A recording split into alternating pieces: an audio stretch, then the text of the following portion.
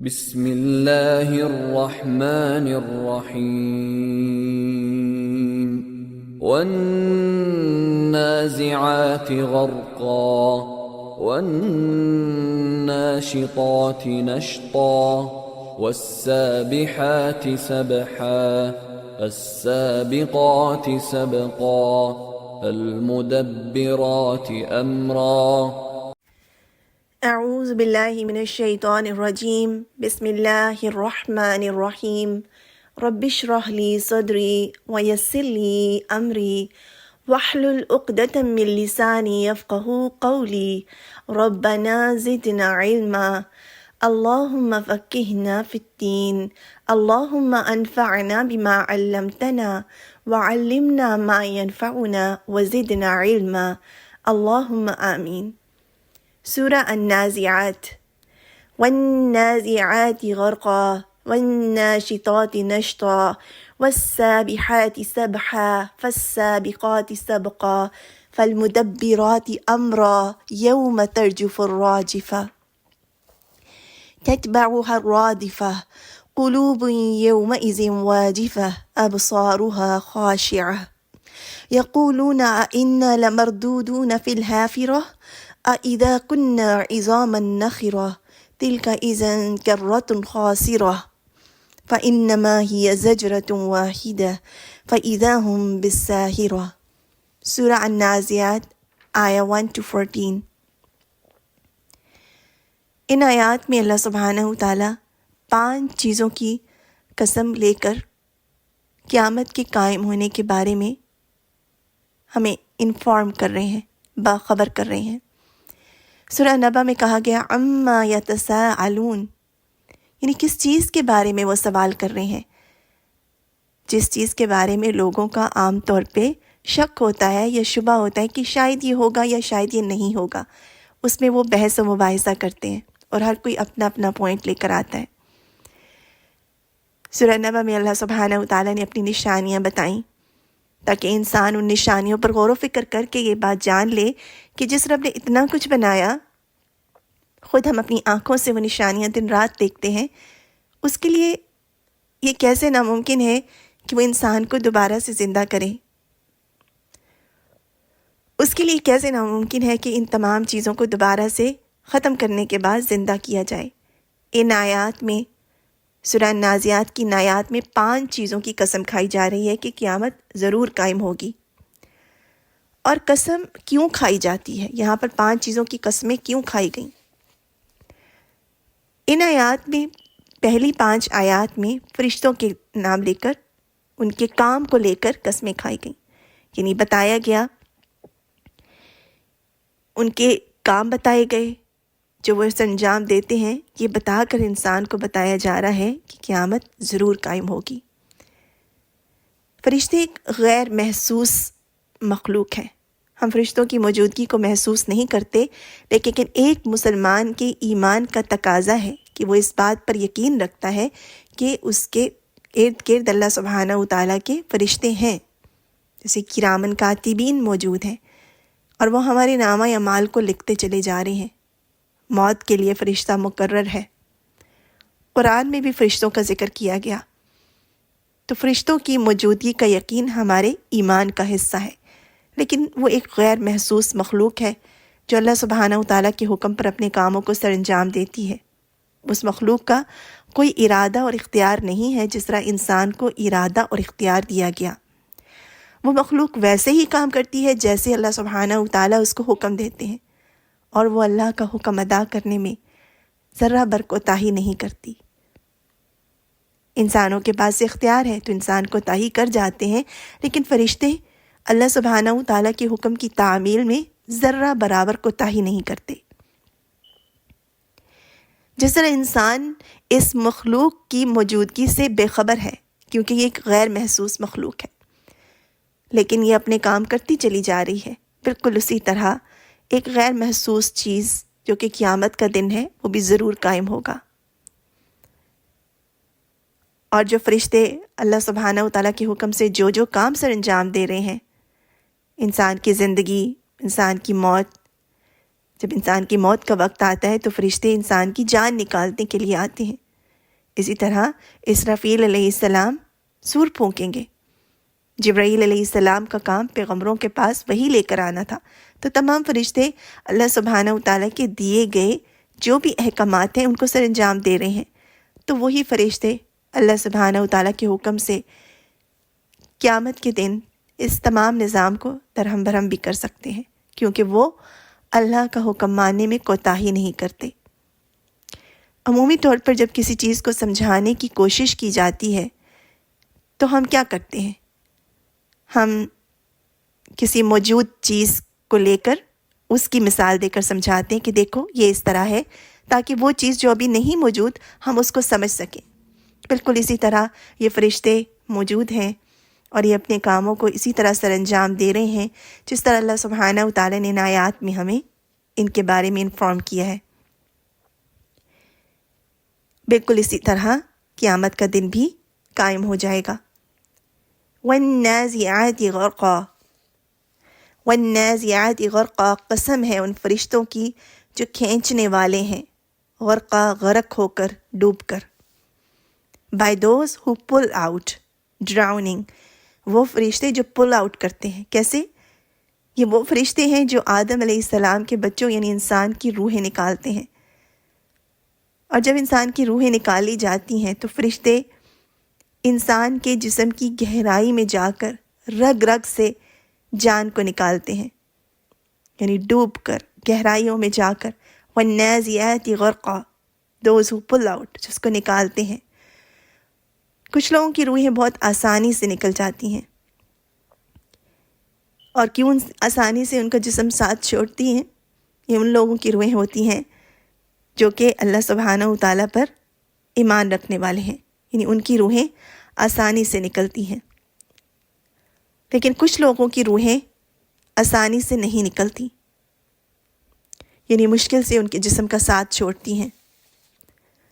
روحوں کے بارے میں نبی صلی اللہ علیہ وسلم نے احادیث میں ہمیں بتایا۔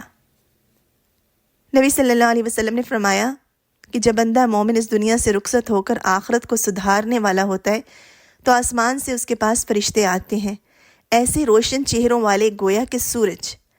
ان کے پاس جنت سے لایا ہوا کفن ہوتا ہے اور جنت ہی کی خوشبو، حد نگاہ تک وہ آ کر بیٹھ جاتے ہیں۔ آخر میں ملک الموت علیہ السلام تشریف لاتے ہیں جو کہ موت کے فرشتے ہیں، اور اس میت کے سر کے پاس کھڑے ہو کر فرماتے ہیں، یعنی اس کے سر کے پاس بیٹھ کر فرماتے ہیں، اے پاکیزہ روح، ایک جگہ پر ہے اے مطمئن روح، پہنچو اپنے رب کی مغفرت اور عنایت کے پاس۔ یا ایہۃ نفس المطمئنہ، نبی صلی اللہ علیہ وسلم نے فرمایا پھر وہ اس طرح نکلتی ہے جیسے پانی کا قطرہ مشکیزے کے منہ سے آہستگی سے ٹپکتا ہے، یعنی کچھ لوگوں کی روحیں اتنی آسانی سے نکل آتی ہیں۔ پھر وہ فرشتے اس کو لے لیتے ہیں تو دوسرے فرشتے آنکھ جھپکنے سے پہلے ان سے وصول کر لیتے ہیں۔ جب جان نکال لیتے ہیں ملک الموت تو پھر دوسرے فرشتے آ کر ان کو وصول کر لیتے ہیں، اور پھر وہ اس جنتی کو کفن اور خوشبو میں رکھ لیتے ہیں اس کے اعمال کی وجہ سے۔ اللہ سبحانہ وتعالیٰ فرماتے ہیں توفتہ رسلنا وہم لا یفرطون، ہمارے بھیجے ہوئے فرشتے اس کی جان نکال لیتے ہیں اور وہ اپنا فرض ادا کرنے میں ذرا کوتاہی نہیں کرتے۔ عین اسی وقت جب حکم دیا جاتا ہے، ایک سیکنڈ کی کوتاہی کے بغیر فرشتے اپنا کام سر انجام دیتے ہیں۔ ایک جگہ پہ یہ ہے کہ جب وہ روح نکل جاتی ہے تو زمین اور آسمان کے درمیان ہر فرشتہ اس کے حق میں دعائے رحمت کرتا ہے، اور آسمان کے تمام فرشتے بھی اس کے لیے دعائیں کرتے ہیں۔ یہ کیسی روح ہوگی جو دنیا والوں کے لیے رحمت کی روح ہوگی، جو دنیا میں رہتی ہوگی تو اپنے آس پاس والوں کے لیے بھی رحم اور ان کے لیے آسانی کا باعث بنتی ہوگی، جو لوگوں کے لیے اپنے دل میں نرم گوشہ رکھتی ہوگی، جو لوگوں کے لیے بخشش کی دعائیں کرتی ہوگی۔ ایسی روح میں شامل ہونے کے لیے ابھی ابھی دعا کر لیں کہ یا اللہ اللہم فأیما مؤمن سببتہ فاجعل ذلک لہ قربۃ الیک یوم القیامہ، کہ اللہ اگر میں نے کسی مومن کو برا بھلا کہہ دیا یا میرے دل میں کسی کے لیے کوئی ناراضگی ہے تو اس کو اس شخص کی قیامت کے دن اپنے ہاں قرب کا ذریعہ بنا لیں۔ آمین۔ تو جو رحمت دوسروں کے لیے رحمت بنتے ہیں، جب وہ آسمان کی طرف ان کی روح کو لے کے جایا جائے گا تو فرشتے ان کے لیے دعائیں کریں گے، اور اس کے استقبال کے لیے آسمان کے تمام دروازے کھول دیے جاتے ہیں۔ تمام دروازوں کے نگران اللہ تعالیٰ سے التجا کرتے ہیں کہ اسے ہمارے پاس سے گزارا جائے، یعنی ہمیں بھی یہ آنر دی جائے کہ ہم اس روح کو دیکھ سکیں، یعنی اس کا اتنا مقام ہوتا ہے۔ اس پاکیزہ روح سے دنیا کی بہترین خوشبو کے لپکے اٹھتے ہیں، یعنی بہترین خوشبو اس سے آ رہی ہوتی ہے۔ پھر جب وہ فرشتے اسے لے کر اوپر جاتے ہیں تو راستے میں فرشتوں کی جس جماعت کے پاس سے بھی گزرتے ہیں وہ پوچھتے ہیں یہ کس کی اتنی پاکیزہ روح ہے؟ فرشتے جواب دیتے ہیں کہ یہ فلاں بن فلان ہے یا فلاں بنت فلان ہے، یعنی جو اس کا جینڈر ہوگا اس کے مطابق بتائیں گے۔ اس کے خوبصورت ترین نام سے یاد کرتے ہوئے جس سے وہ دنیا میں پکارا جاتا تھا، وہ فرشتے اسے لے کر آسمان دنیا تک پہنچ جاتے ہیں۔ جب اس کی خاطر دروازہ کھلوانا چاہتے ہیں تو وہ کھول دیا جاتا ہے۔ پھر اگلے آسمان تک اسے پہلے آسمان کے مقرب ترین فرشتے اسے الوداع کہتے ہیں۔ یہی معاملہ 7ویں آسمان تک جاتا ہے۔ ہر آسمان پر اس کی بہترین میزبانی استقبال کیا جاتا ہے، اور جب وہ 7ویں آسمان تک پہنچ جاتے ہیں تو اللہ سبحانہ و تعالیٰ فرماتے ہیں میرے بندے کا نامہ اعمال بلند پایا لوگوں کے دفتر میں رکھ دو، یعنی علیین میں رکھ دو۔ وہ لوگ ایک جگہ پہ ہے کہ وہ لوگ جو 2 نمازوں کے درمیان بیکار اور بے فائدہ باتوں سے بچتے ہیں تو ان کا نام بھی علیین میں رکھا جاتا ہے۔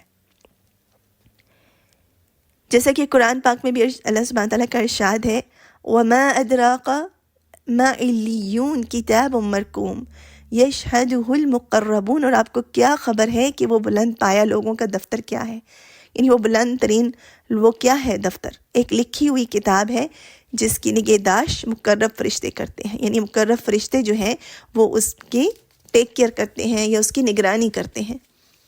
اس شخص کا نامہ اعمال، اس بہترین خوبصورت اور خوشبودار روح کا نامہ اعمال علیین میں رکھ دیا جاتا ہے۔ پھر اللہ سبحانہ و تعالیٰ فرماتے ہیں اسے زمین تک پہنچا دو، میں نے ان سے وعدہ کیا ہوا ہے کہ میں نے ان کو اسی زمین سے پیدا کیا ہے، اسی میں واپس کروں گا اور اسی میں ان کو دوبارہ اٹھاؤں گا۔ پھر اسے زمین میں واپس کر دیا جاتا ہے اور اس کی روح دوبارہ جسم میں ڈال دی جاتی ہے۔ جب اس کے ساتھ ہی واپس ہو رہے ہوتے ہیں تو یہ ان کی جوتوں کی آواز بھی سنتا ہے۔ اب اس کے بعد قبر کے مراحل شروع ہو جاتے ہیں۔ روح اب قبر میں موجود ہے اور اس کے پاس 2 سخت لب و لہجہ والے فرشتے آتے ہیں۔ اب ساتھ ساتھ امیجن کرتے جائیں کہ وقت ہم سب پر آنا ہے، ایسا نہیں ہے کہ اس وقت سے ہم میں سے کوئی ایک بھی نکل سکتا ہے۔ یہ وقت مجھ پر، آپ پر، ہم سب پر آنا ہے کہ 2 فرشتے جو سخت لب و لہجہ والے ہوں گے وہ آئیں گے اور وہ سخت انداز میں حکم دے کر اٹھا دیتے ہیں، اور اس سے سوال و جواب ہوتے ہیں۔ وہ سوال کرتے ہیں من ربک، تیرا رب کون ہے؟ اب دیکھیں کہ جب ہم کسی چیز کو دیکھ کر ڈر جاتے ہیں یا شدید خوف کی عالم میں ہوتے ہیں، ہماری اصل اس صورت میں واضح ہو جاتی ہے۔ جیسے شدید غصے میں ہماری اصل ظاہر ہو جاتی ہے، شدید پریشانی میں۔ اسی لیے تو جب آزمائش میں انسان کو ڈالا جاتا ہے تو کیا ہوتا ہے کہ اس کی امپیورٹیز اور اس کے اندر کی جو کمیاں اور کوتاہیاں اس کے سامنے آ جاتی ہیں۔ اس کے اندر بعض اوقات عام حالات میں تو انسان سمجھتا ہے کہ میں بہت صابر ہوں، میں بہت اچھا ہوں، لیکن جب اس کو ایسے حالات میں ڈالا جاتا ہے تو تب وہ خود اپنے آپ کو بھی دیکھ پاتا ہے کہ میں کہاں کھڑا ہوں۔ تو بالکل اسی طرح جس کا ایمان پختہ ہوگا، اس کی رگ رگ میں بسا ہوا ہوگا، اس کے سامنے جب فرشتے آئیں گے اور پوچھیں گے من ربک، تیرا رب کون ہے، تو وہ جواب دے سکے گا ربی اللہ، میرا رب اللہ ہے، کیونکہ اس نے اپنے رب کو صرف نماز میں نہیں، اپنی زندگی کے ہر جگہ دیکھا ہوگا، ہر جگہ محسوس کیا ہوگا۔ وہ ہر لمحہ اپنے رب کو یاد کرتا ہوگا، ہر معاملات میں، ہر چیز میں اپنے رب کی مرضی کو سامنے رکھتے ہوئے فیصلے کرتا ہوگا۔ رب کی طرف سے آئی ہوئی کسی تکلیف پر اپنے رب کے اور قریب ہو جاتا ہوگا، نہ کہ رب سے شکوے کرتا ہوگا۔ یعنی یہ تمام چیزیں ہماری ڈیلی لائف سے متعلق ہیں جیسی ہماری ڈیلی لائف ہوگی ویسا ہی عمل، ویسا ہی جواب اس دن دے پائے گا انسان۔ ما دینک، تیرا دین کیا ہے؟ وہ پھر سوال کریں گے، وہ جواب دے گا دینی الاسلام، میرا دین اسلام ہے۔ ہوتا کیا ہے کہ جب انسان پر آزمائش آتی ہے، مشکل آتی ہے، تو انسان سب سے پہلے اپنے دین کو عمومی طور پہ دیکھا جائے تو کیا کرتے ہیں؟ دین کو پیچھے چھوڑ دیتے ہیں۔ یہ کام ہو جائے کوئی بات نہیں ہے، اللہ غفور الرحیم ہے۔ لیکن اس وقت جب کہ ایسے فرشتے سامنے آئیں گے، مختلف احادیث میں ان کی شکل و صورت کو بھی بیان کیا گیا کہ وہ کیسے ہوں گے، اور اس کے باوجود وہ شخص کہے گا دینی الاسلام، میرا دین اسلام ہے، ایسا ثابت قدم رہے گا، یعنی اللہ سبحانہ و تعالیٰ اس کو ثابت قدم رکھیں گے۔ اللہ سبحانہ و تعالیٰ سے اچھی امید بھی رکھنی چاہیے، کیونکہ اللہ سبحانہ و تعالیٰ بندے سے اس کے گمان کے مطابق معاملہ کرتے ہیں، لیکن صرف امید رکھنا اور عمل نہ کرنا یہ درست نہیں ہے۔ وہ سوال کرتے ہیں ما ھذا الرجل الذی، ما ھذا الرجل الذی بعث فیکم، جو آدمی تمہاری طرف مبعوث کر کے بھیجا گیا اس کے بارے میں کیا خیال ہے؟ وہ جواب دیتا ہے هو رسول اللہ صلی اللہ علیہ وسلم، هو رسول اللہ صلی اللہ علیہ وسلم، وہ اللہ کا رسول ہے۔ وہ سوال کرتے ہیں ما علمک، اور تیری معلومات کیا ہیں، یعنی کیا جانتے ہو، تمہارا نالج کیا ہے، کیا سیکھ کے آئے ہو؟ وہ کہے گا قرأت کتاب اللہ فآمنت بہ وصدقت، میں نے اللہ کی کتاب پڑھی، پھر اس پر ایمان لایا اور تصدیق کی۔ اب دیکھیں کہ وہ یہ نہیں کہے گا کہ میں ڈاکٹر ہوں، میں انجینئر ہوں، میں کوئی ٹیکنیشین ہوں، یا میرے پاس پی ایچ ڈی کی ڈگری ہے، یا یہ یا وہ یہ نہیں کہے گا، کیونکہ وہ مشکل ترین مرحلہ ہوگا۔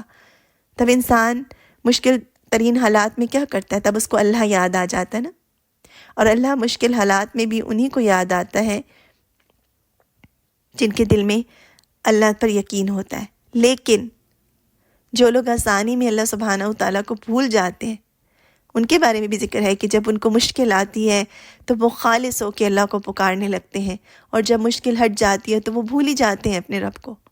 مومن ایسا نہیں ہوتا۔ تو جب اس سے پوچھا جائے گا کہ تم نے کیا کیا، تمہارا علم کیا ہے، تو وہ اللہ کی کتاب کے بارے میں کہے گا۔ سوچئے اگر ہم نے کتاب کو نہ پڑھا، اللہ کی کتاب کو نہ سیکھا، تو ہم اس دن کیا جواب دیں گے؟ اس کتاب کو پڑھنا کتنا ضروری ہے۔ ہم اس زمین پر آئیں، اپنی زندگی گزار کے چلے جائیں، اس کتاب کو پڑھے بغیر تو یہ بہت بڑی محرومی ہے۔ یعنی آپ نے کسی یونیورسٹی میں یا کسی کالج میں یا کسی انسٹیٹیوٹ میں، آرگنائزیشن میں اسٹڈیز کے لیے ایڈمیشن لیا، ایڈمیشن تو آپ نے لے لیا، لیکن آپ نے سارا کورس ہی نہیں کیا، کچھ پڑھا ہی نہیں، تو فائنل ڈے میں ڈگری کیسے ملے گی؟ تو وہ شخص کہے گا میں نے اللہ کی کتاب پڑھی، پھر اس پر ایمان لایا اور تصدیق کی۔ یہ آخری آزمائش ہے جو مومن کو پیش آتی ہے، تو یہ آزمائش ہوگی۔ اسی موقع کے لیے اللہ سبحانہ و تعالیٰ نے ارشاد فرمایا یثبت اللہ الذین آمنوا بالقول ثابت فی الحیات الدنیا وفی الآخرہ، ایمان لانے والوں کو اللہ تعالیٰ پکی بات کے ساتھ مضبوط کرتا ہے، دنیا کی زندگی میں اور آخرت میں بھی۔ تو جو اللہ پر ایمان لے آتا ہے اور جھک جاتا ہے، کیونکہ ایمان کا مطلب ہے جھک جانا، اپنے اندر کے تکبر کو ختم کر دینا، اپنی میں کو ختم کر دینا، کیونکہ دین ہم سے یہی تقاضا کرتا ہے۔ جس کے اندر رائی کے برابر بھی تکبر ہوگا وہ جنت میں داخل نہیں ہو سکے گا۔ تو جو ایمان لے آئے گا اللہ پر، اللہ کے لیے جھک جائے گا، تو اللہ سبحانہ و تعالیٰ اس کی اچھی خصوصیات کی وجہ سے اپنے فضل سے اس کو ثابت قدم رکھیں گے۔ بعض اوقات ہماری نیکیاں ایسی نہیں ہو سکتی، انسان جنت میں اپنی نیکیوں سے داخل نہیں ہوگا، اللہ سبحانہ و تعالیٰ کی رحمت سے داخل ہوگا۔ تو جو ایمان لانے والے ہوں گے، جو دنیا میں بھی ثابت قدم رہیں گے، اللہ سبحانہ و تعالیٰ ان کو مضبوط بات یعنی لا الہ الا اللہ کے ساتھ مضبوط رکھتا ہے، دنیا کی زندگی میں بھی اور آخرت میں بھی۔ اور یہی ایمان والے منکر نکیر جو ہے ان فرشتوں کے سامنے بھی ثابت قدم رہیں گے۔ اب آدمی کہتا ہے میرا رب اللہ ہے، میرا دین اسلام ہے، میرے نبی صلی اللہ علیہ وسلم ہے، محمد صلی اللہ علیہ وسلم ہے، پھر آسمان میں اللہ کی طرف سے یہ اناؤنسمنٹ ہو جاتی ہے، میرے بندے نے سچ کہا، اس کا ٹھکانہ جنت میں بنا دو، اسے جنت کا لباس پہنا دو اور جنت کی طرف ایک دروازہ کھول دو۔ یہ ہے اصل کامیابی۔ جس دن انسان اپنے لیے یہ الفاظ سنے گا اور اس کے لیے اناؤنسمنٹ کی جائے گی، وہ اس کا حقیقی کامیابی کا دن ہوگا۔ چنانچہ جنت کی ہوائیں اور خوشبوئیں اس کے پاس آنے لگتی ہیں اور اس کی قبر حد نگاہ تک کشادہ کر دی جاتی ہے۔ آپ صلی اللہ علیہ وسلم نے فرمایا، پھر اس کے پاس ایک آدمی خوش شکل آتا ہے جس کے کپڑے بھی خوبصورت اور خوشبو بھی عمدہ۔ وہ آ کر کہتا ہے، تجھے خوشخبری، میں تجھے خوشکن خبر کی بشارت دیتا ہوں، یعنی میں تجھے خوشخبری دیتا ہوں۔ اللہ تعالیٰ کی رضامندی اور ایسے باغات کی خوشخبری جن کی نعمتیں ہمیشہ رہیں گی، اسی دن کا تجھ سے وعدہ کیا گیا تھا۔ جواباً وہ کہتا ہے، اللہ تعالیٰ تجھے بھی خوش رکھے، اور تم ہو کون؟ یعنی وہ خوبصورت شخص سے کہے گا، تم کون ہو؟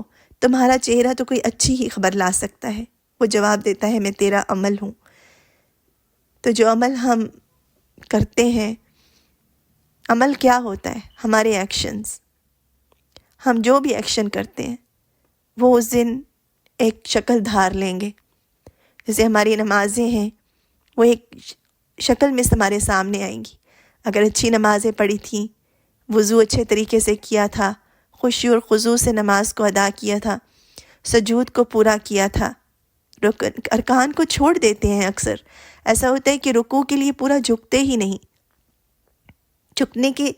جیسے ہی جھکنے کا ٹائم آتا ہے فوراً کھڑے ہو جاتے ہیں، اور پھر سجدے میں جب گئے سر رکھا اور ابھی 3 دفعہ میکسیمم جتنا زیادہ سبحان ربی الاعلیٰ کہیں یا مسنون دعاز پڑھیں، لیکن ایٹ لیسٹ 3 دفعہ سے کم نہیں، یعنی 1 دفعہ سبحان ربی الاعلیٰ کہا اور سر اٹھا لیا، اور سبحان ربی الاعلیٰ کے معنی بھی ذہن میں رکھتے ہوئے کہ اللہ تو سب سے بڑا ہے، میں نے اپنا سر تیرے آگے رکھا ہے، اور پھر اس کے بعد بیٹھنا یہاں تک کہ ہر ہڈی اپنی جگہ پر آ جائے۔ جب درمیان 2 رکوع کے درمیان 2 سجود کے درمیان جب بیٹھتے ہیں تو پراپر بیٹھنا چاہیے، نہ کہ فوراً ہی دوسرے سجدے پہ چلے جائیں، پھر کھڑے ہوں۔ ہر رکعت کو آہستگی کے ساتھ اور ہر جزو کو اچھے طریقے سے ادا کرنا، اسی سے نماز میں خشوع آتا ہے۔ جب ہمارا فوکس اپنی نماز پہ نہیں ہوگا تو پھر شیطان کو بہت اچھا موقع مل جائے گا ہماری نماز میں سے حصے نکال لینے کا، اور پھر وہ نماز کیسی ہوگی، کیسی شکل میں ہمارے سامنے آئے گی، یہ ہم خود ہی جان سکتے ہیں۔ تو ہم نے اپنی نمازوں کو خوبصورت بنانا ہے تاکہ ہم اس دن ان کو خوبصورت شکل میں دیکھ سکیں۔ اگر ایک نماز بہتر نہیں ہوئی تو اگلی نماز اور بہتر کرنے کی کوشش کریں اور یہ عمل جاری رکھیں۔ تو وہ شخص جواب دیتا ہے، میں تیرا عمل ہوں، تیرا نیک عمل ہوں۔ خدا، میں تو اتنا ہی جانتا ہوں کہ تم اللہ تعالیٰ کی اطاعت میں جلدی کرنے والے اور اس کی نافرمانی میں بہت سست واقع ہوئے تھے۔ یہ عمل بتا رہا ہے، یعنی اللہ کی اطاعت میں جلدی کرنے والے تھے۔ جب تمہیں کوئی اچھی بات بتائی جاتی تھی، تم ایسا نہیں کرتے تھے کہ دلیلیں لے کر آ جاؤ کہ ایسا نہیں ہے، بلکہ تم جھک جاتے تھے، تم فوراً مان جاتے تھے کہ نہیں، میرے اللہ کی بات ہے، میرے پاس انکار کی کوئی گنجائش نہیں ہے، یا مجھے سمجھ نہیں آ رہی لیکن ہے اللہ کی بات، میں اس پہ ایمان لائی۔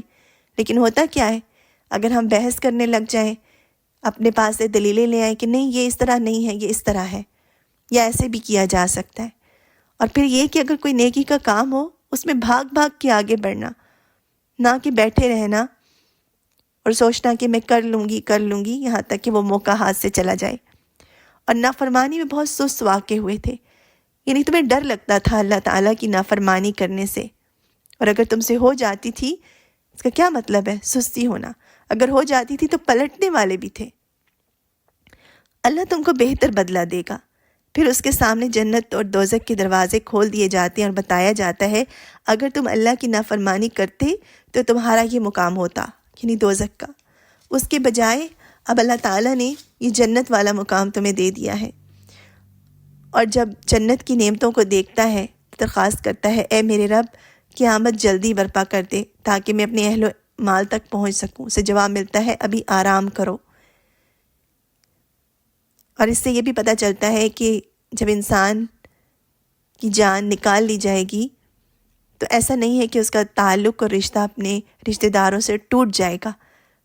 اس کے دل میں ان کے لیے خیر اور محبت تب بھی ہوگی. وہ چاہے گا کہ وہ جا کے ان سے ملے کیونکہ وہ محبت کرتا ہوگا اپنے اہل و عیال سے. اللہم الف بین قلوبنا واصلح ذات بیننا واہدنا سبل السلام. اور جب کافر دنیا سے رخصت ہو کر آخرت کو جا رہا ہوتا ہے تو آسمان سے اس کے پاس سخت اور طاقتور فرشتے آتے ہیں. ان کے چہرے کالے ہوتے ہیں اور ان کے پاس جہنمی ٹاٹ ہوتے ہیں. حد نگاہ تک اس کے پاس آ کر بیٹھ جاتے ہیں. آخر ملک الموت تشریف لاتے ہیں اور اس کے سر کے پاس بیٹھ کر کہتے ہیں اے خبیث روح، اللہ کی ناراضگی اور غصے کے پاس پہنچ. پھر اس کے جسم میں داخل ہو کر اس کی روح نکالتے ہیں. وَالنَّازِعَاتِ غَرْقًا by those who pull out drowning. یعنی جسم میں داخل ہو کر اس کی روح نکالتے ہیں اور پھر آنکھ جھپکنے سے بھی پہلے دوسرے فرشتے ان کے ہاتھ سے لے کر ایک ٹاٹ میں رکھ لیتے ہیں اور اس ٹاٹ سے ایسی بدبو آتی ہے جیسے زمینی گلے سڑے مردار کی ہو. فرشتے اس روح کو لے کر آسمان کی طرف چلے جاتے ہیں. زمین اور آسمان کے درمیان اور آسمان کا ہر فرشتہ اس پر لعنت بھیجتا ہے. آسمان کے تمام دروازے بند کر دیے جاتے ہیں. ہر دروازے کا نگران اللہ تعالیٰ سے اس بات کی استدعا کرتا ہے کہ یہ روح یہاں سے نہ گزاری جائے. یعنی جو اللہ کا نافرمان ہوتا ہے اس کو کوئی بھی پسند نہیں کرتا. کائنات کی ہر چیز اس سے نفرت کرتی ہے کیونکہ جب نافرمان مرتا ہے تو نہ زمین روتی ہے نہ آسمان روتا ہے.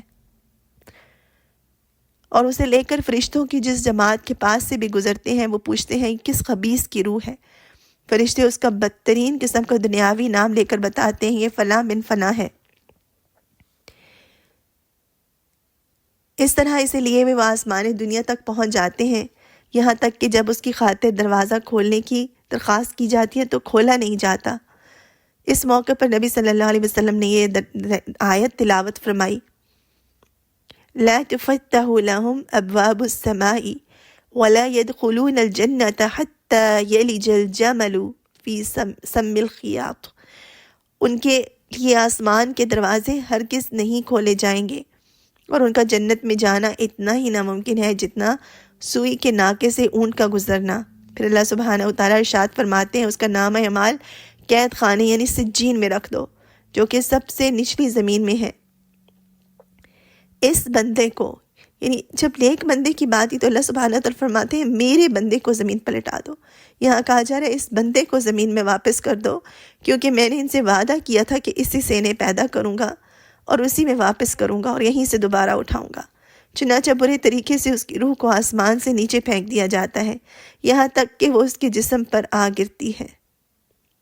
نبی صلی اللہ علیہ وسلم نے فرمایا اس آیت کی تلاوت فرمائی وَمَن يُشْرِكْ بِاللَّهِ فَكَأَنَّمَا خَرَّ مِنَ السَّمَاءِ فَتَخْطَفُهُ الطَّيْرُ أَوْ تَهْوِي بِهِ الرِّيحُ فِي مَكَانٍ سَحِيقٍ. اور جو کوئی اللہ کے ساتھ شرک کرے تو وہ گویا آسمان سے گر گیا.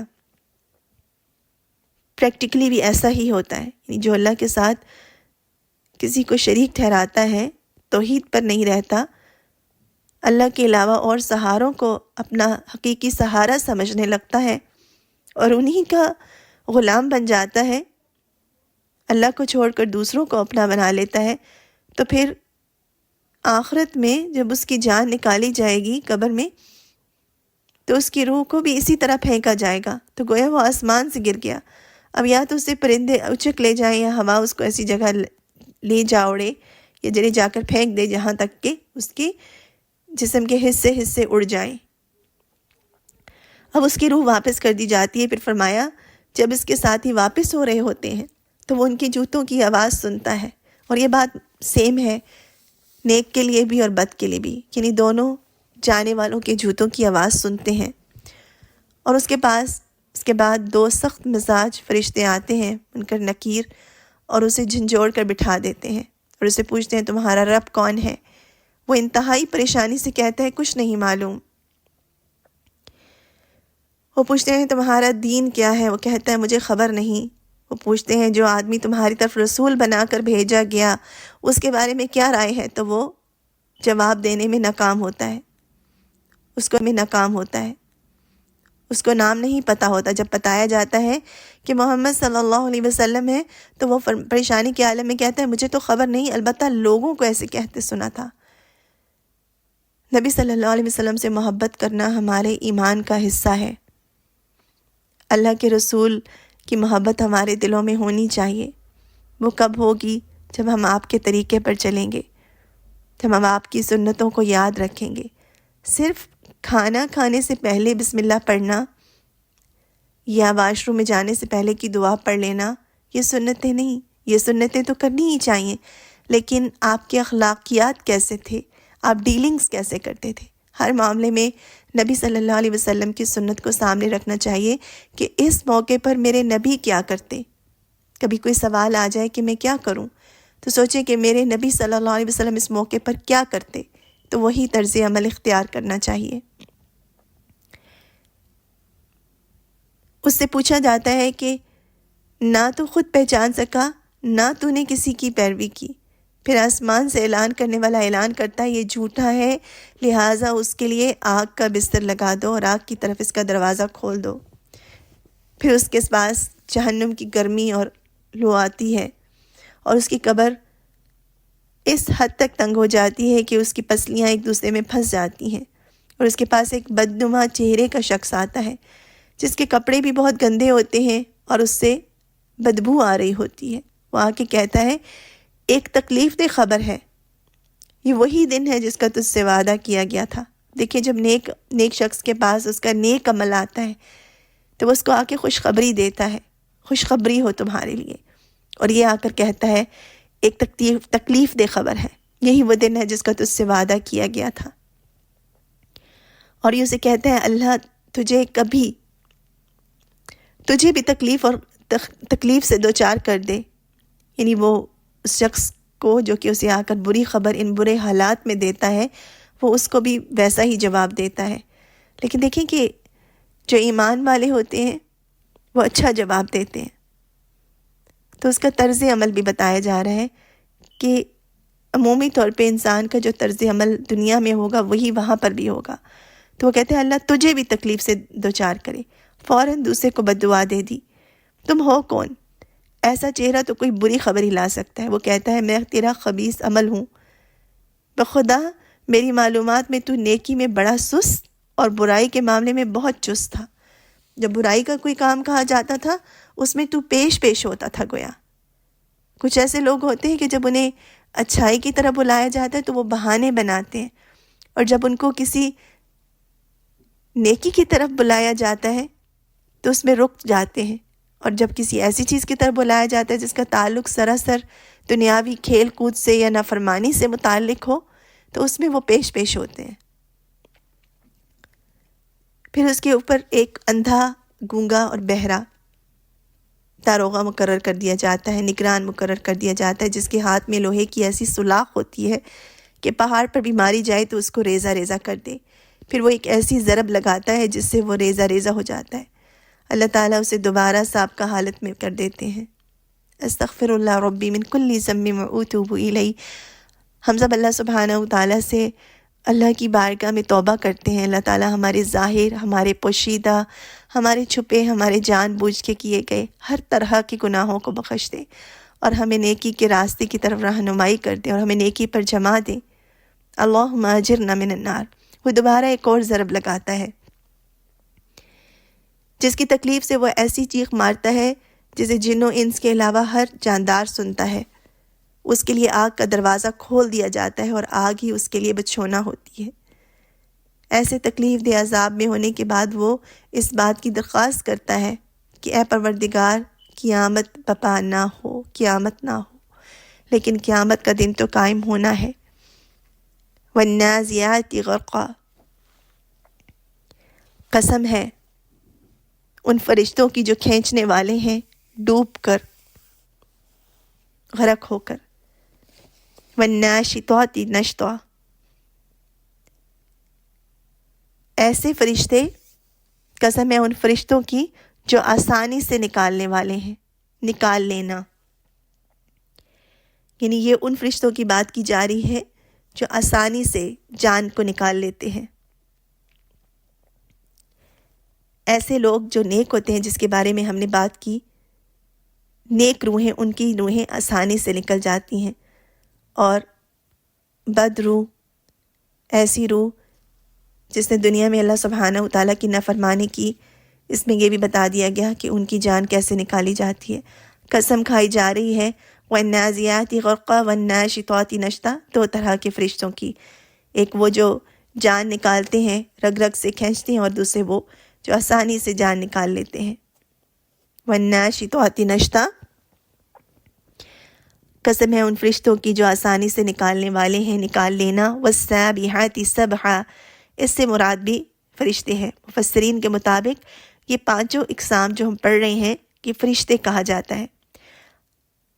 سبحہ کا مطلب ہے تیزی سے تیرنا، اور اس سے مراد فرشتے ہیں جو اللہ تعالیٰ کے احکام لانے میں تیزی سے رواں دواں ہیں، اور ایسا لگتا ہے کہ گویا وہ فضا میں تیر رہے ہیں.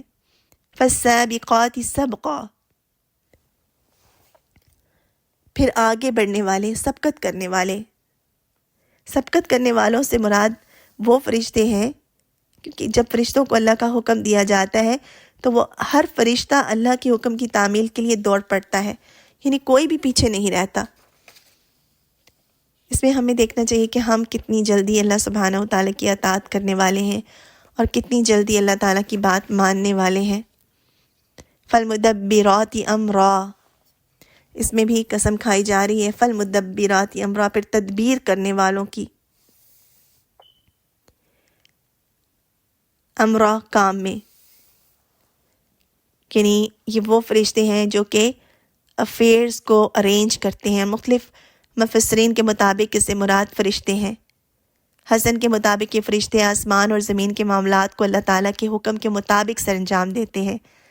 یعنی یہ جو فرشتے ہیں یہ اللہ سبحانہ و تعالیٰ کی سلطنت، یعنی اس پوری کائنات کے ورکر ہیں.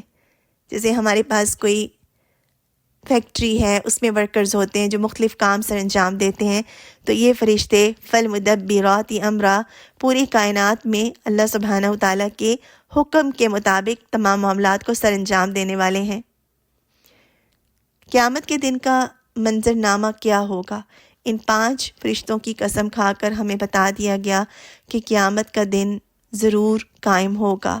جس طرح یہ فرشتے اپنے کام سر انجام دے رہے ہیں اور مسلسل سر انجام دیتے چلے جا رہے ہیں، اور ہم ان کی موجودگی کو محسوس بھی نہیں کر پاتے، لیکن اس کے باوجود فرشتے موجود ہیں. بالکل اسی طرح قیامت کے دن کی سچائی موجود ہے. وہ دن کیسا ہوگا، اس دن لوگوں کا کیا حال ہوگا، کس طرح سے لوگوں کے دل ڈرے ہوئے ہوں گے، انشاءاللہ اگلی آیات میں آیہ نمبر 6 سے لے کر آنورڈز ہم انشاءاللہ اس کو سیکھیں گے. اللہ تعالیٰ سے دعا ہے کہ جو علم اللہ سبحانہ و تعالیٰ ہمیں دے رہے ہیں، یہ دل ہمارے دلوں میں، یہ علم ہمارے دلوں میں اللہ کا تقوی بڑھا دے، اور ہم اپنی اصلاح کرنے والوں میں سے ہو جائیں. اللہم بعلمک الغیب وقدرتک علی الخلق احینی ما علمت الحیات خیرا لی وتوفنی اذا علمت الوفات خیرا لی. اے اللہ، تو اپنے علم غیب اور مخلوق پر اپنی قدرت کی بدولت مجھے زندہ رکھ جب تک تو سمجھتا ہے کہ میرے لیے زندہ رہنا بہتر ہے. وتوفنی اذا علمت الوفات خیرا لی، اور مجھے فوت کر دے جب تیرے ہاں میرا مرنا بہتر ہے. اللہم واسألک خشیتک فی الغیب والشہادۃ واسألک کلمۃ الحق فی الرضا والغضب واسألک القصد فی الفقر والغنى واسألک نعیما لا ينفد. اے اللہ، میں غیب اور حاضر میں تجھ سے ڈرتے رہنے کا سوال کرتی ہوں، رضامندی اور غضب کی حالت میں حق بات کہنے کی توفیق مانگتی ہوں، محتاجی اور غنا میں میانہ روی کا سوال کرتی ہوں، نہ ختم ہونے والی نعمت مانگتی ہوں، نہ منقطع ہونے والی آنکھوں کی ٹھنڈک مانگتی ہوں. وَأَسْأَلُكَ قُرَّةَ عَيْنٍ لَا تَنْقَطِعُ وَأَسْأَلُكَ الرِّضَا بعد القضاء وَأَسْأَلُكَ بَرْدَ الْعَيْشِ بعد الموت وَأَسْأَلُكَ لَذَّةَ النَّظْرِ إِلَى وَجْهِكَ وَالشَّوْقَ إِلَى لِقَائِكَ فی غیر ضراء مضرۃ ولا فتنۃ مضلہ اللہم زینا بزینۃ الایمان وجعلنا ھداۃ مہتدین۔ اللہم آمین۔ اے اللہ، تقدیر کے فیصلے پر راضی رہنے کا سوال کرتی ہوں، موت کے بعد اچھی زندگی کی طلبگار ہوں، تیرے چہرے کی طرف دیکھنے کی لذت کی آرزومند ہوں، تیری ملاقات کا شوق رکھتی ہوں، بغیر کسی نقصان پہنچانے والی تکلیف کے اور بغیر گمراہ کرنے والے فتنے کے۔ اے اللہ، تو ہمیں ایمان کی زینت سے مزین کر دے اور ہمیں ہدایت پانے والے لوگوں کا رہنما بنا دے۔ اللہم آمین۔ سبحانک اللہم و بحمدک، نشہد ان لا الہ الا انت، نستغفرک و نتوب الیک۔